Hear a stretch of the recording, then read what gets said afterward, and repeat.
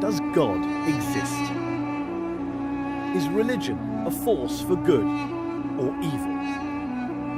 Can religion and science go hand in hand? To find some answers, I've come to Oxford, home to the oldest university in the English-speaking world and the place where I studied as an undergraduate. One of the jewels in the city's crown is the Oxford Union, the debating chamber that's witnessed such legendary orators as Winston Churchill, Benazir Bhutto, and of course, Kermit the Frog. I've come back to the Union today to sit down with the world's most famous atheist, Professor Richard Dawkins, to put faith on trial and to ask, is religion evil?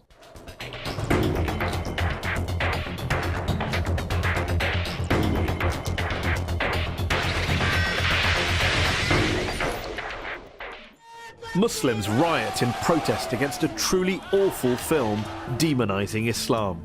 Dozens are killed. The Quran, if found guilty, can be burned. A Christian pastor in Florida tries to burn a copy of the Quran and ignites global pandemonium. Even Buddhists are at it, attacking the Muslim minority Rohingyas in Western Burma. And of course, the conflicts plaguing the modern Middle East are often blamed on ancient hatreds between the children of Abraham. Remember 9/11? Was this religiously inspired terrorism? Thousands died. Yet here's the thing. Societies without faith haven't fared much better. Communism banned all religions, as Joseph Stalin and Mao Zedong systematically slaughtered millions of their own countrymen. Is science any better? Since Galileo and Darwin, scientists have sought to stamp out ignorance and unravel the mysteries of the universe. But science has also poisoned the environment, unleashed killing on an industrial scale, and now threatens our entire planet. My guest today, however, stands firmly on the side of science and has provoked controversy with his attacks on religion. Ladies and gentlemen, Professor Richard Dawkins. One of the most prolific thinkers of his generation, he shot to fame in the 1970s with his research into genetics, and his book, The Selfish Gene, transformed evolutionary biology. His most famous work, The God Delusion, sold millions of copies and has been translated into more than 30 languages. Richard, thanks so much for joining us here on Al Jazeera. Before we go any further, I just want to check something. Are you an atheist? For all practical purposes, yes. Nobody can actually say for certain that anything doesn't exist. But I'm an atheist in the same way as I'm an a-leprechaunist and an a-fairyist and an a-pink unicornist. So you're not 100% sure God doesn't exist, but you're sure enough to make it practically... I'm as sure as you are sure that fairies and leprechauns don't exist. And do you see an equivalence between the idea of God and the idea of a fairy and a leprechaun? The evidence for both is equally poor. You say, in The God Delusion, one of my favourite sentences that jumps out of the page, that the God of the Old Testament is a petty, unjust, unforgiving control freak, a vindictive, bloodthirsty ethnic cleanser, a misogynistic, homophobic, racist, infanticidal, genocidal, filicidal, pestilential, megalomaniacal, sadomasochistic, capricious, malevolent bully. As a piece of rhetoric, superb. But do you really believe that? Congratulations on getting megalomaniacal right, by the way. Most people fumble on that. Yes, if you've actually read the Old Testament, I think you would have to agree. It's hideous. It's an the God of the Old Testament who is a monster. But also the God of the Quran, the New Testament, the Hindu scripture? Well, the God of the Quran, I don't know so much about. The God of the New Testament is widely advertised as being a bit more gentle. And certainly, on the whole, he is. There are things about the New Testament that I find, in a way, almost more objectionable than the Old Testament. But the sheer horror of the character, I said he was the most unpleasant character in all fiction, because I regard it as fiction, of course. And yes, he is. I mean, he's jealous, he's vindictive, he's callous, he's cruel. And yet this is a God that is worshipped by, loved by, adored by, well, followed by millions, billions of people. I hope not. I hope that the God that is adored by millions of people is a grown-up kind of God who is no longer... I hope that most people the kind of people I would like to know who worship and admire him regard those stories as not literally true. Now, there are some who do regard them as literally true, and I suspect they either haven't read the Old Testament or they're not the kind of people I would wish to know, because you do not want to worship a character like that. By all means, worship some kind of great spirit of the universe, some kind of creative intelligence who created the universe, but don't worship this vile, vindictive monster of the Old Testament.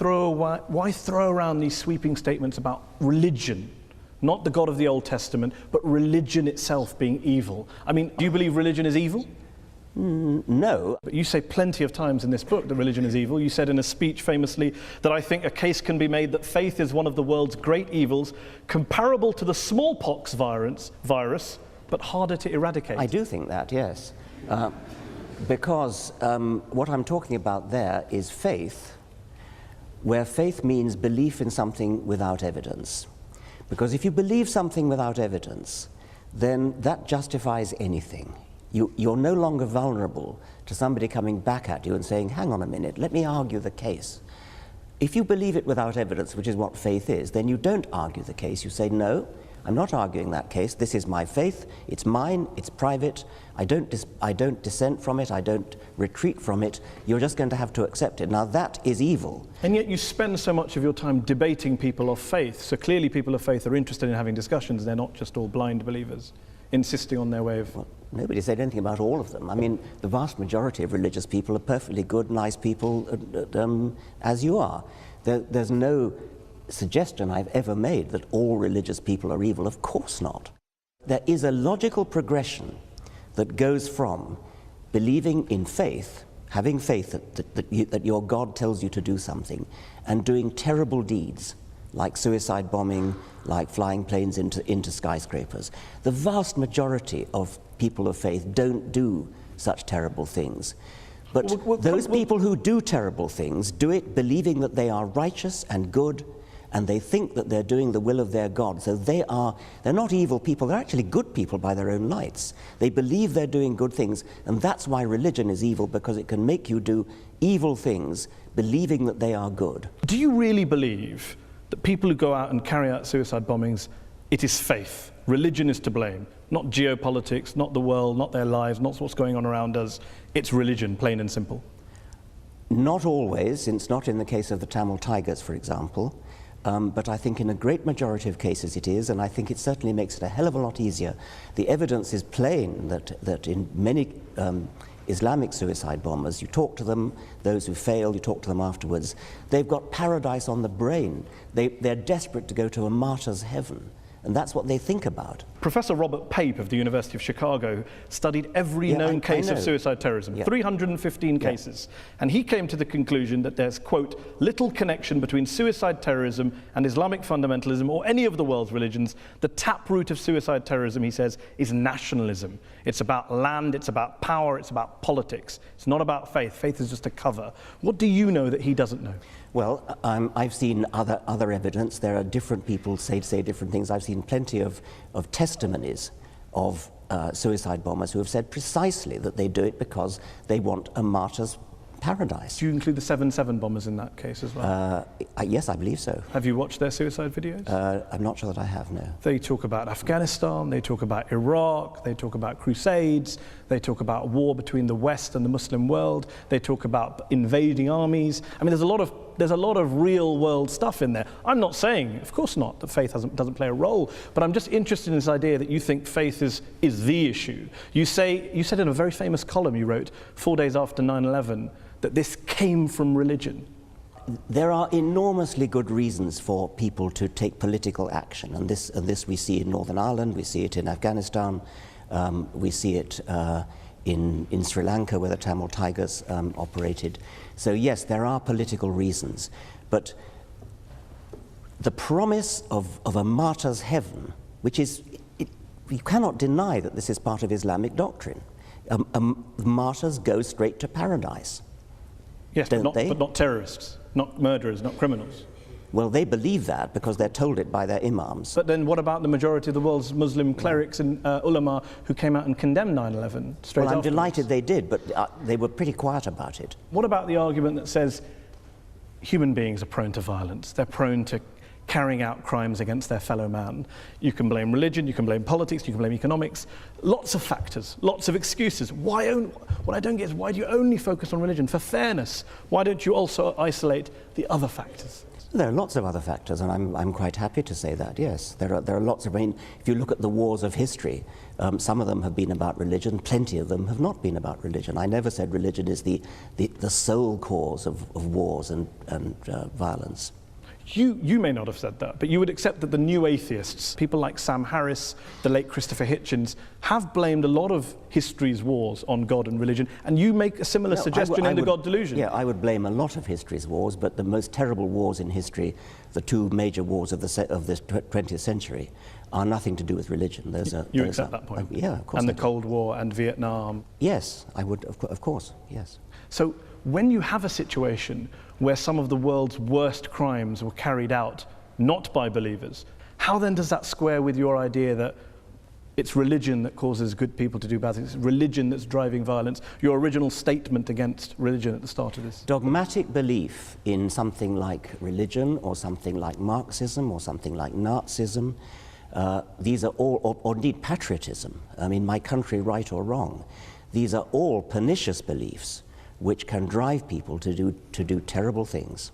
And in the Second World War, Hitlerism was driven by racism, by a sort of sub-Wagnerian pagan religion which Hitler revived. Stalin's atrocities were motivated by a dogmatic belief in Marxism. And atheism. Stalin happened to be an atheist, but he was never motivated specifically. The Soviet Union was not based on scientific rationalism, on the elimination of religion and God? Stalin persecuted the church. Stalin persecuted just about everybody. Are you saying that the Soviet Union, the leaders of the Soviet Union, were not driven by a hatred of religion and a belief that science and human progress and materialism was the way forward?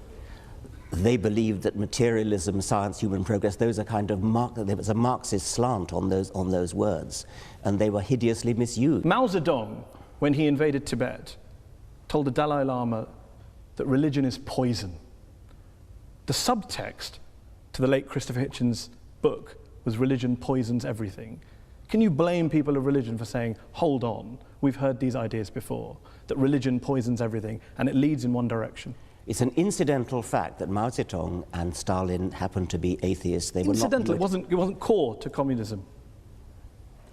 I think it was not core to communism, no. So when Karl Marx was talking about religion being the opiate of the masses, that was just a throwaway line?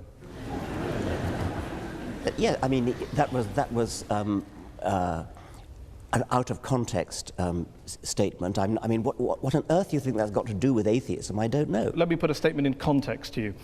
Albania, one of the world's worst dictatorships, tyrannies that we've seen in the last 100 years. Article 37 of Albania's communist constitution declared, quote, "The state recognizes no religion and supports atheistic propaganda in order to implant a scientific, materialistic world outlook in people." What do you think you're saying? I mean, that's an appalling thing to say. Of course it is. Why is that an appalling thing to say? What do you disagree with in that statement? Why would I want to support atheistic propaganda? I support science and truth. But you don't support spreading atheism. I support spreading science and truth. If that happens to be atheism, I support it. I'm not going to start bullying people into being atheist. I'm not going to start trying to compel people to be atheists. That was what the Albanians were doing. It's nothing to do with what I want to do. Of course, but you'd like to persuade them not to be believers and become atheists. I'd like to raise consciousness in a gentle, civilized way, using argument, rational argument, from evidence. In your book, you cite lots of evidence for the bad things religion's done. What I wonder is, if you were being fair, wouldn't you have also included some of the good things that religion's done? My passion is for scientific truth. I don't much care about what's good and evil, actually. I care about what's true. I mean, do you actually believe in your Muslim faith? Do you believe that Muhammad split the moon in two? Do you believe that Muhammad flew to heaven on a winged horse, for example? I'd pay you the compliment of assuming that you don't. No, I do. I believe in miracles. You believe that? Yes. You believe that Muhammad went to heaven on a winged horse? Yes, I believe in God, I believe in miracles, I believe in revelation. I mean, the point here is that let's assume I'm wrong, Richard. I'm wrong. Let's assume I'm wrong. I'm wrong. I'm happy to concede that, Richard. I'm happy to concede it. I'm wrong. All religions are wrong. God does not exist. We're all mad. The issue is we exist. We've existed for a while. I think even Christopher Hitchens said, and you've said in your writings, we're not going anywhere. So my question to you is, why not acknowledge, for example, the good things that religion has done? Do you accept that religion has done good things, despite all of our mad beliefs and our miracles? I accept that individual religious people have done an enormous number of good things. Not driven by religion. Well, I mean, who knows? You're very mean-spirited. You won't give any credit at all. Take somebody like Martin Luther King, for example. Reverend Martin Luther King. Yes. Obviously, he was a cleric. I imagine that fed into the good things that he did. Plenty of other things did. He was a great admirer of Gandhi, and he was a great admirer of non-violence. He was a brilliant and wonderful, great man. Would you disconnect MLK's non-violence and Gandhi's non-violence from their very strongly held religious beliefs? They didn't. Well, I think it's not a thing that I really care about, actually. I mean, I think they were... You do care about it, Richard. You're saying that people carry out violence in the name of God, and I cite to you an example of very famous people who have done good and non-violence in the name of God, and you say, I'm not interested. If God doesn't exist, then doing something good in his name it's great that something good gets done, but there's no evidence at all that believing in God makes you more likely to do good things. I can't see any noble logical connection between being religious and doing good things. Let's concede that God does not exist. Let's concede that religion is false. My problem here is trying to understand why some of the new atheists are so anti-religion when religious people clearly are doing lots of good things and they're doing it in the name of God. I've never denied that religious people are doing good things and non-religious people are doing good things. I care about what's true. I'm an educator, I'm a scientist, and I want people to understand the truth about the universe in which they live. That's what I care about. And I regard religion as a distraction, and in some cases a pernicious distraction from true education, which I love and value the way you value and love your God. Can you not do both? Well, so long as they don't contradict each other. Richard. As long as they don't contradict each other. But if you actually believe Muhammad flew to heaven on a winged horse, that's an anti-scientific belief. And that could be wrong. But it bloody well is wrong. But that doesn't change. That doesn't change. How do you know it's wrong? Oh, come on. You're a man of the 21st century. No, I'm just asking. It comes back to my original question. The rational position is the agnostic. The rational position is the agnostic position. Why up there? What, I mean, the rational position. I didn't say up there. I didn't pick a place. Okay, you well, picked a place. why would a winged horse be the way to get to heaven if it's not up there? I asked a question about. You asked about proof. I'm all for saying I can't prove it, but can you prove he didn't do it? I mean, this is the end-all debate. Didn't fly to heaven on a winged horse? I'm just asking on your criteria. I'm just asking on your criteria. No, I can't prove it, and I can't prove it wasn't a golden unicorn. But I'm fascinated that you'd rather. I'm fascinated that you'd rather talk about what animals the Prophet may or may not have used 1400 years ago, rather than talk about what Muslims or Islam is doing in the world today, good or bad. Well, that seems to be the distraction. If anyone's distracted, it seems to be you. Well, that's your view. I'm fascinated by how somebody, a respected, sophisticated journalist in the 21st century, can believe that a prophet flew to heaven on a winged horse. Let me ask you this. Are all people who hold beliefs in God and in miracles and the supernatural, do you regard them all as intellectually inferior to you? I regard those beliefs as intellectual nonsense. I don't regard the individuals as intellectually inferior to me, because many of them palpably are not. If you go back in history, then all bets are off, because before Darwin, for example, it is not at all surprising that before Darwin people believed in all kinds of things which they wouldn't believe in now. There are many people, many scientists today who say they're religious.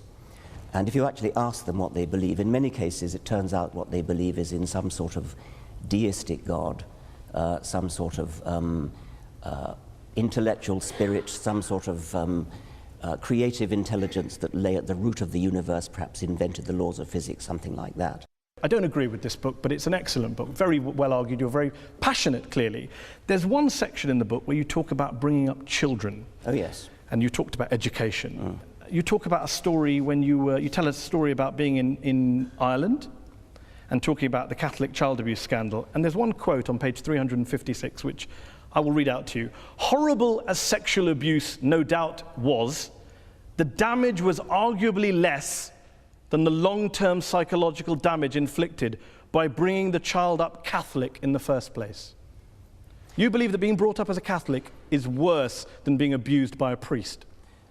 There are shades of being abused by a priest, and I quoted the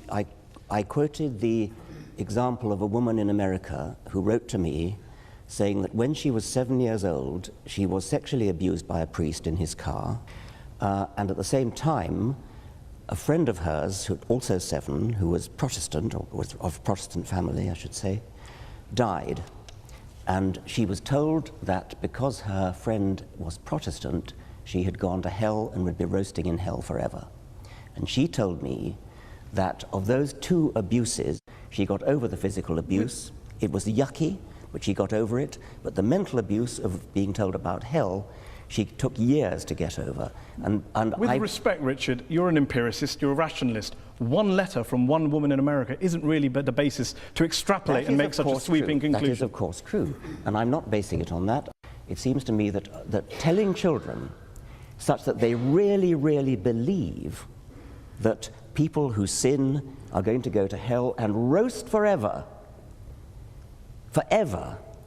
that your skin grows again when it peels off with burning. It seems to me to be intuitively entirely reasonable that that is a worse form of child abuse, that will give more nightmares, that will give more genuine distress, because they really believe it. If they don't believe it, it's not a problem, of course. You also say... Let me just... I mean, I've been put on the spot about this health fire thing. We haven't really been put on the spot. In what sense have you been put on the spot? Well, I sense that you think it's somehow obvious that having a priest, if you're a small girl, having a priest put his hand... I would be very interested in asking the audience whether being told about heaven and hell as a child, being brought up as Catholic, is worse than being abused by a priest. Okay. Let's have a show of hands. Okay. Is it worse to be abused by a priest? And if you believe it's worse for a priest to abuse a child than to bring up your child Catholic, raise your hands. Are they both as bad as each other? Raise your hands. So we have a 3-way split in the audience. Let's finish this section with one last related subject on this question, a personal question from me. You talk about how to teach children that there is one God, or that God created the world in 6 days, that is child abuse. To even teach your children religion is child abuse. So, I have a daughter. I teach her about Islam and the horse. Am I guilty of child abuse? Do you teach her the world was created in 6 days? No, because Islam doesn't teach that, Richard. I'm delighted to hear that. I ask again, am I guilty of child abuse for teaching my child stories from the Quran? No, yes you or are no? Not. No. Good to know. Yeah. We are going to talk more about science, and we're going to go back to the audience to ask some questions to Professor Dawkins in part 2. We'll be back after the break.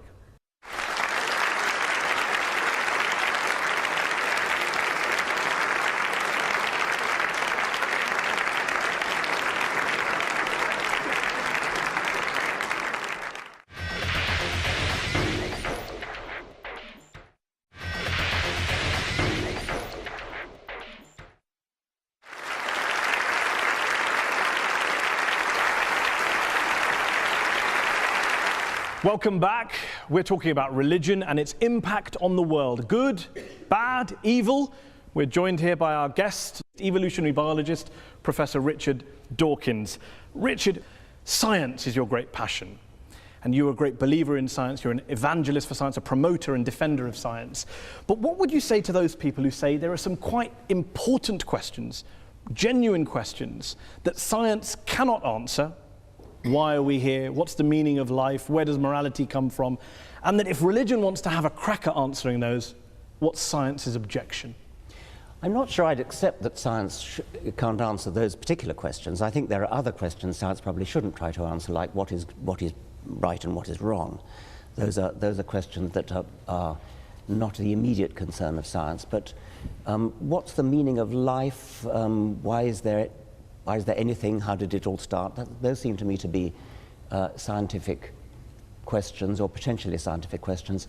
If there are some questions of that sort that science can never answer, then we should at least keep trying to answer them. And if science can't answer them, religion having a crack at answering them, if there's no reason to think that religion has any basis for an answer, then why would religion have a crack? Why would you bother to listen to religion having a crack at answering them?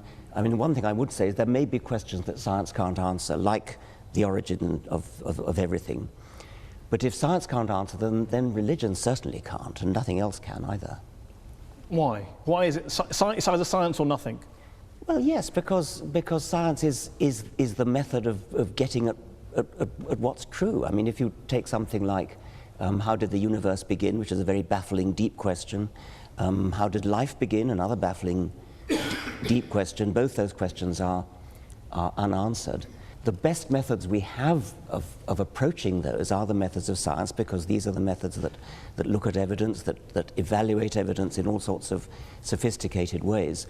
What has religion got to do with that, other than just looking at the writings of somebody who wrote a few centuries ago? I mean, why would you bother to read those writings? So the great philosophers and theologians in history who have grappled with these big questions and thought about spiritual issues, moral issues, the transcendent, they're all wasting their time? Yes, they're wasting their time. What about, why does my life have meaning? What's its worth? Well, where does my dignity come from? Your meaning and your dignity are up to you, and mine are up to me, and these are not questions that science would attempt to answer. Each person finds their own meaning in their own life. And good luck to them. And what's wrong with religion offering moral certainties if, as you say, science can't answer moral questions? Science can't offer moral certainty, but I don't see that religion can either.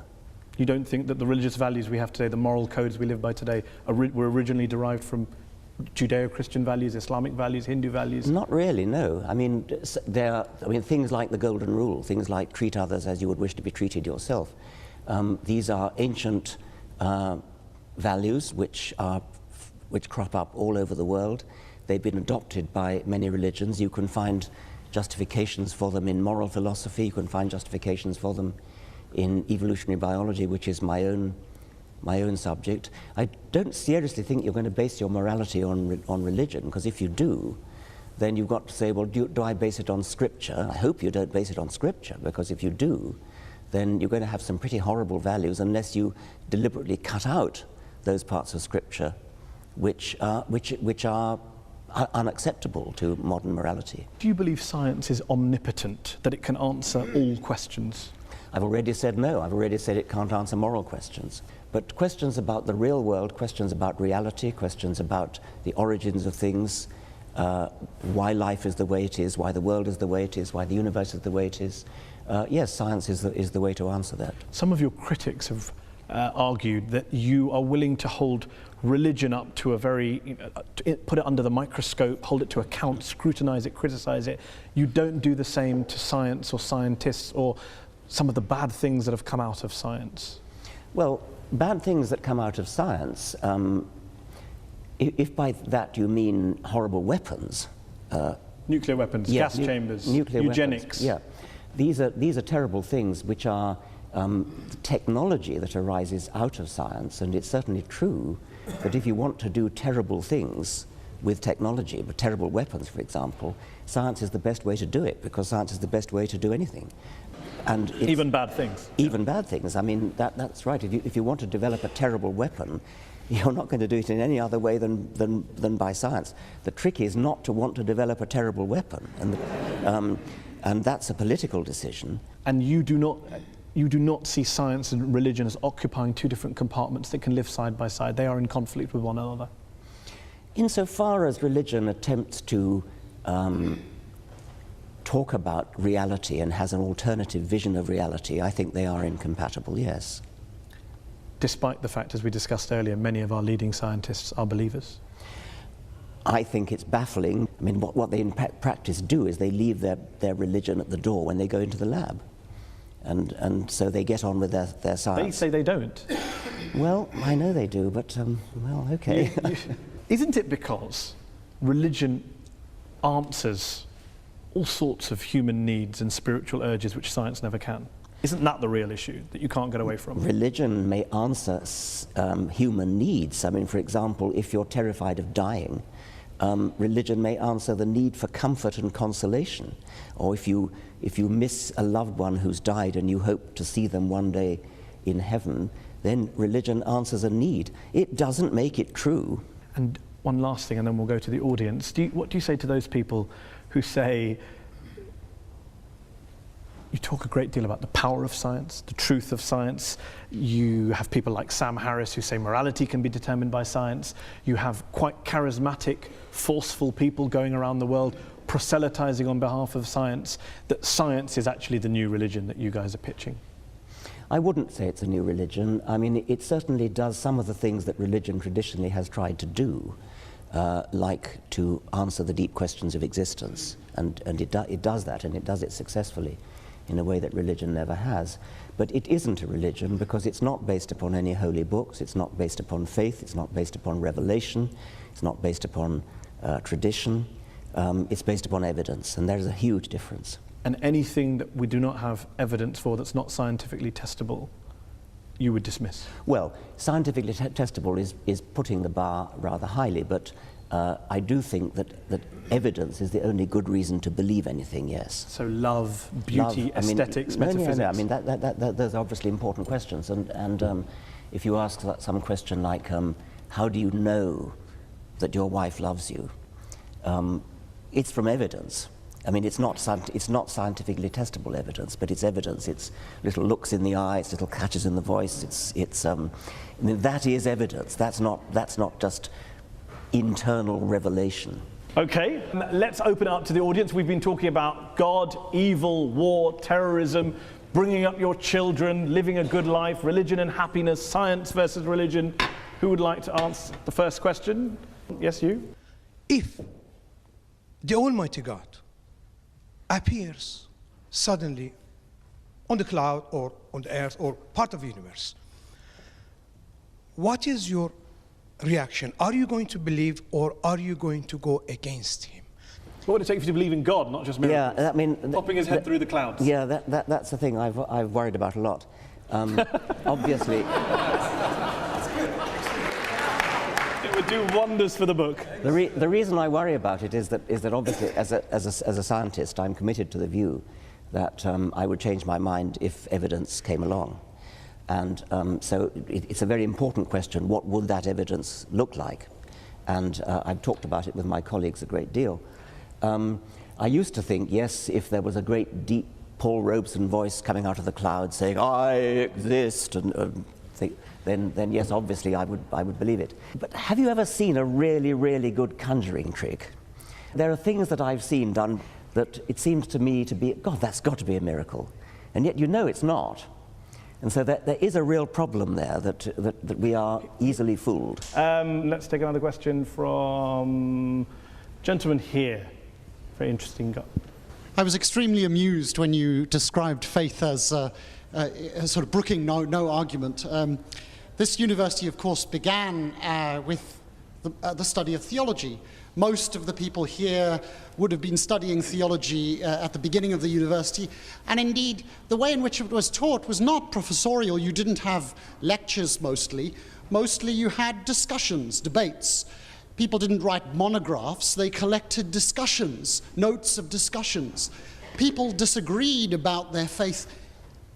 Absolutely, I mean, everybody had a different opinion and everybody expressed it and everybody was heard. What's the question? The idea that, so the question is, do you really think that your view of faith brooking no argument measures up to really any experience of how people think about their faith? You talked about the evidence that your wife loves you. I think for most religious people, the evidence that there's a God is rather like that. Well, obviously, I would be mad to suggest that that theologians don't argue. They argue all the time and always have. They fight wars over their arguments. So clearly they argue. I'd say, when I say brook no argument, I don't mean that they don't argue. When you say that theologians have disputes and interesting discussions, I take it that from your garb, you take a position one way or the other on whether the transubstantiation, whether the bread and wine really is the body and blood of a first century Jew, or is merely symbolic. But what evidence you bring to bear on such an argument, I cannot imagine. It would not be a real argument at all. It would be a false argument. It would not be an argument which could be settled by real evidence. Just deal with the point about the evidence level when you refer to love of your wife. When you say that your wife loves you, and you're getting evidence from looks in the eye and catches in the voice was the phrase that I actually used. And the questioner said, that's the way religious people feel about God. Yes, they feel that about God, but there's no evidence that they're getting any cues at all. I mean, their God is an imaginary God inside themselves. They feel that they're getting little looks from the eyes of God and sounds from the voice of God, but why should we believe them since we can't see or hear any evidence to that effect? Let's take another question. Gentleman here in the second row. With regards to religion, you've given an example where the Islamic faith and the Muslims basically, they wrap themselves up in bombs because that's what they believe is an Islamic faith. But I disagree with you, because there are more than 1 billion Muslims living in the world today who actually believe in the Quran and the scripture, which you said if everybody started believing in the scripture, then that would be horrible. But I disagree with you, because more than 1 billion Muslims believe that if you kill one innocent person, it's as you've killed the entire humanity. So today humanity is about 7 billion people. So more than 1 billion Muslims do not strap themselves up and actually go and commit suicides. The problem with many scriptures, and I think the Quran is no exception, is that you can find a verse that says so-and-so, and you find another verse that says the opposite, and so you have to pick and choose. I mean, is it not the case, for example... You always choose the bad ones. Well, no, I mean, I'm suggesting that you shouldn't be in a position of having to choose.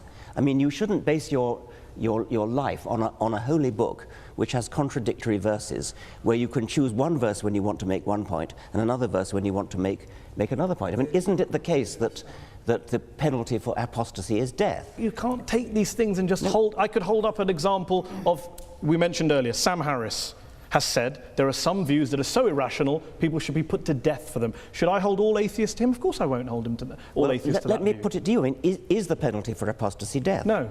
Good, I'm delighted to hear that. Why didn't... And the Quran doesn't say it is. Well, then... Some Islamic scholars do. Okay. But that's debate and discussion. There's arguments going on. Things take place over centuries. Okay. Well, let's have an atheist make a point and join the debate. Lady there's waving her hand.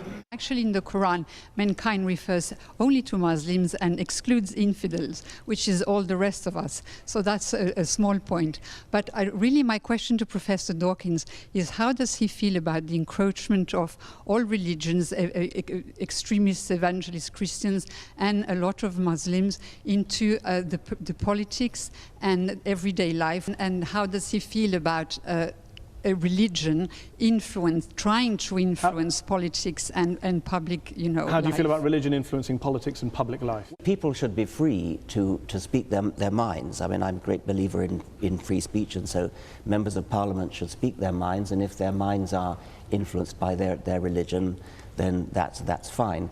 What I would object to, I think, is the view that somehow religion has a privileged right to speak because it's religion. And I think you'd probably agree with that as well. If you stand up in Parliament and make an excellent speech in favour of something which religion has a view on, like abortion, say, if you make your points well and win the vote by making your points well, that's fine. But what you shouldn't be allowed to get away with is saying, because it's religion, therefore, this is what we should do. Lady there in the headscarf. As a social scientist, the model of the rational actor is somewhat discredited. We don't look at all actors at all times as acting rationally. In fact, we assume that they don't. But that was the prelude to my question. My question was really, would you accept that it's not so much religion that causes conflict, but sincere commitment to some belief that you think is morally important? And in that sense, do we get rid of morality? Well, I think I partly said that when I said that in the great wars of the 20th century, these were driven by non-religious motivations, but they were driven by my country right or wrong kind of patriotism. That's a little bit different from morality we're talking about, but at least it's not religious. I was interested in what you said in your preamble when you said that I take it you're a social scientist, and you're no doubt right to suggest that since social scientists are studying the human animal, you notice that people actually don't behave rationally. Well, unfortunately, that's true. But that doesn't mean we shouldn't behave rationally just because people don't. Let's take a question from an atheist or an agnostic. Gentleman there in the black jacket there, 3 rows down in the middle. I think when I read your book, which I thought also was excellent, it became very apparent to me that evolution, nature, has given the human species some very, very powerful survival instincts. We're aggressive, men want to spread their genes, we want to gather as much resources together as we can to help our genes continue and survive. And as a result of that, there's been a lot of very, very dark episodes in our history. The Roman Empire, which was terribly oppressive, hedonistic, the Vikings who stole, raped, pillaged, the Persians, so on and so forth.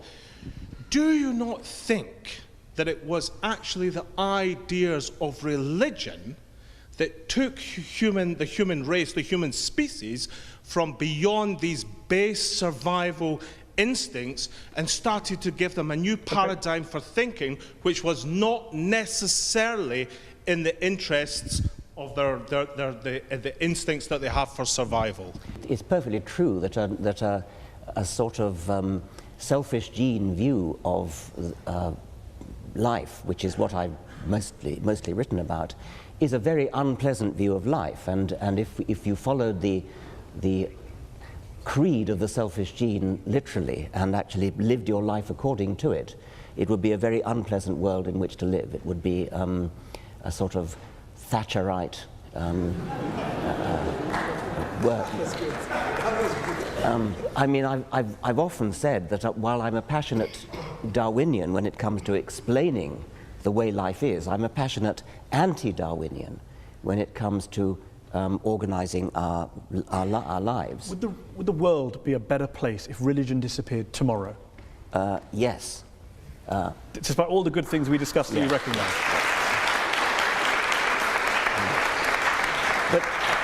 But you'd still have the Nazi Holocaust, the communism, you wouldn't have the charities, that's fine. You would have the charities, but I mean, it's only your assumption. But I want to finish because the questioner actually challenged me by saying that it was religion that helped us to escape from the unpleasantness of the selfish gene. I don't actually think that is true. I think that we have escaped by a long and slow process of civilization in which religion no doubt played a part. If you look historically over the very long time span of history, we're getting better, we're getting nicer, we're getting more charitable, we're getting kinder, getting less cruel. I wouldn't give religion the credit for that. I think I would give a much more complicated mixture of civilizing processes the credit for it, and religion is probably a part of that. Okay, let's take one last question.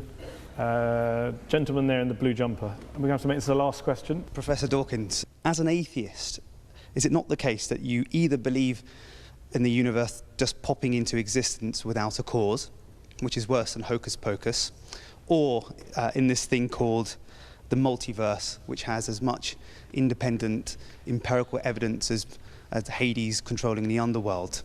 Right. The phraseology you use is somewhat biased, somewhat slanted. The universe popping into existence out of nothing.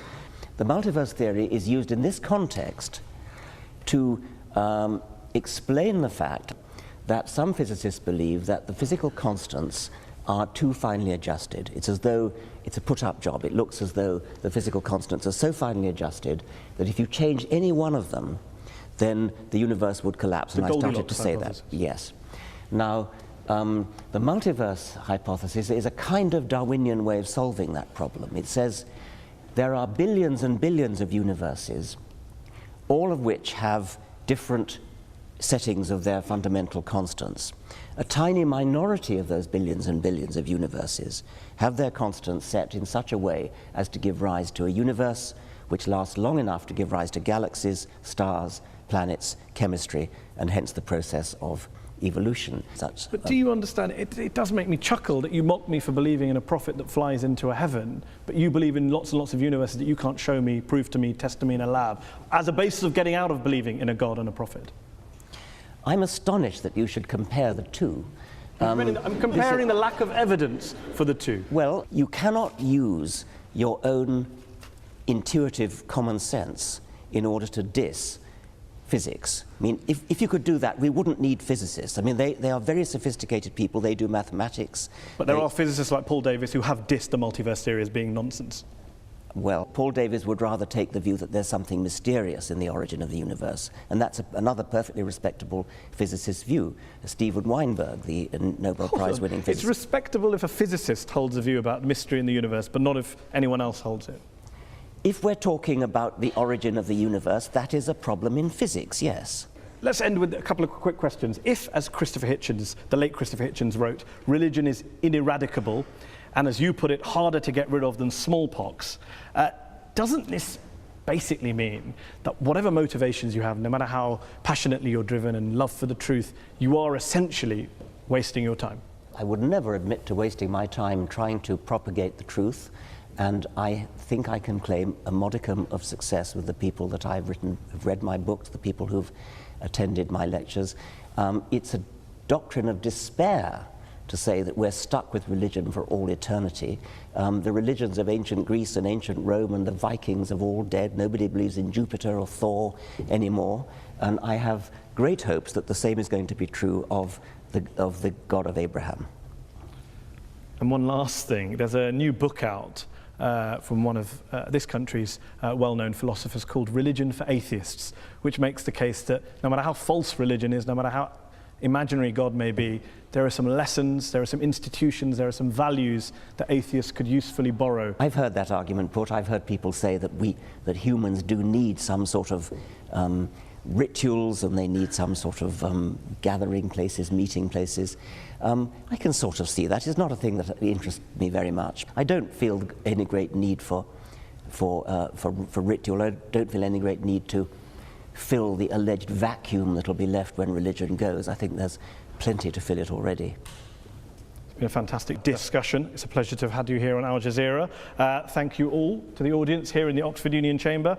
And thanks to you all at home for watching. Goodbye, and dare I say, God bless.